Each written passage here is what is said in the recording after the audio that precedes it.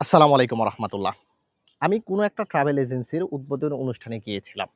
সেখানে আপনি উপস্থিত ছিলেন বা আপনার মতো আরও ১০ জন আমাকে দেখছে যে তৌফিক আলী ভাই অমুক ট্রাভেল এজেন্সির উদ্বোধনী অনুষ্ঠানে গেছে। তো আপনারা মনে করছেন যে তৌফিক আলী ভাই হয়তোবা এই ট্রাভেল এজেন্সির উদ্বোধনী অনুষ্ঠানে আসছে। তার মানে সে এই ট্রাভেল এজেন্সির সাথে জড়িত, অথবা এই ট্রাভেল এজেন্সিটা অবশ্যই ভালো হবে যার কারণে তৌফিক আলী ভাই আসছে। আপনারা মনে করছেন। এটা আপনাদের মনে করাটা স্বাভাবিক। তো মনে করার পর আপনারা কি করলেন? ওই ট্রাভেল এজেন্সিতে কোনো একটা কাজ জমা দিলেন বা ওই ট্রাভেল এজেন্সিতে কোনো একটা অর্থ ইনভেস্ট করলেন। ইনভেস্ট করার পর ধরা খাইছেন।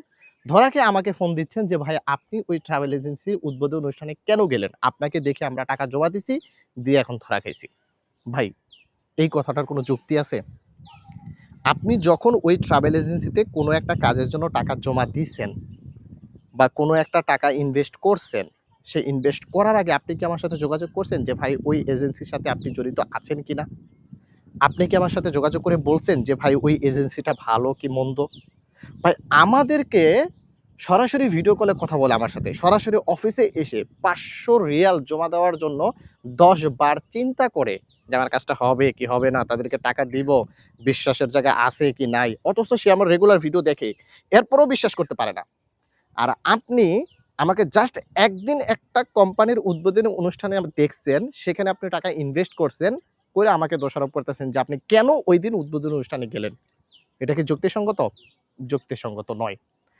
ইদানিং আমি দেখতে পাচ্ছি বেশ কয়েকটা টিভি চ্যানেল থেকেও কিন্তু আমাদের তৌফিক আলী ট্রাভেলসে ফোন করা হচ্ছে। আমি যেহেতু দেশে আসছি যার কারণে সেই ফোনগুলো আমি রিসিভ করতে পারিনি। আমাদের অফিস স্টাফরা রিসিভ করছে।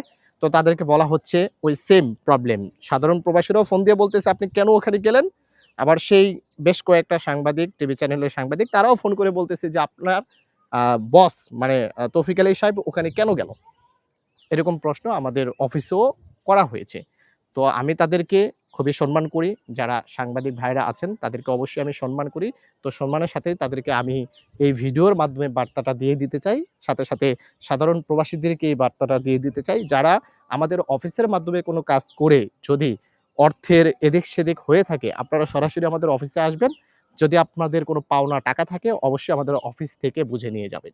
আর আমাকে কোথায় না কোথায় দেখছেন, আমাদের মতো ইনফ্লুয়েন্সারদেরকে অনেকেই দাওয়াত দিয়ে থাকে, ইনভাইট করে থাকে।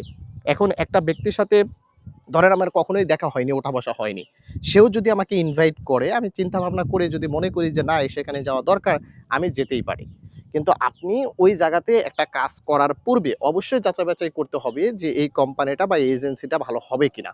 অথবা যদি ওই কোম্পানি সম্পর্কে আপনার প্রপার তথ্য না থাকে, এক্ষেত্রে আপনি আমার সাথেও কথা বলতে পারেন। যেহেতু আমি সেই কোম্পানির উদ্বোধনী অনুষ্ঠানে ছিলাম, আপনি আমাকে প্রশ্ন করতে পারেন যে, "ভাই অমুক ট্রাভেল এজেন্সি বা অনেক কোম্পানি এটা কেমন হবে? আমি এখানে এমন একটা কাজ জমা দিতে চাচ্ছি।" তো আমি একটা ভালো-মন্দ যদি পরামর্শ আপনাকে দিতাম, এক্ষেত্রে আপনি আমাকে দোষারোপ করতে পারেন। কিন্তু এই মুহূর্তে আপনার এখতিয়ার নেই আমাকে দোষারোপ করার। আমি সম্মানের সাথেই, ভদ্রতার সাথেই আমি পুরো সৌদি আরব প্রবাসী ভাইদেরকে জানাতে চাচ্ছি এবং সাংবাদিক ভাইদেরকে আমি বোঝাতে চাচ্ছি যে আমি জাস্ট ওখানে উদ্বোধন অনুষ্ঠানে সম্মান রক্ষার্থে আমি অ্যাটেন্ড করেছিলাম। এখানে তার সাথে আমার কোনো ওঠা-বসা নেই, তার সাথে আমার কোনো আর্থিক লেনদেন নেই, দীর্ঘদিনের পরিচয় নেই বা তার কোম্পানির সাথে আমার কোনো ইনভেস্টমেন্ট কোনো সম্পর্কও নেই, কোনো প্রকার আর্থিক সম্পর্কও নেই। আশা করি বন্ধুরা বুঝতে পেরেছেন। ধন্যবাদ এতক্ষণ পর্যন্ত সময় দেওয়ার জন্য। অনুরোধ করতেছি ভিডিওটিকে শেয়ার করে দিয়ে সৌদি আরব প্রবাসীদেরকে বোঝানোর তৌফিক দান করবেন।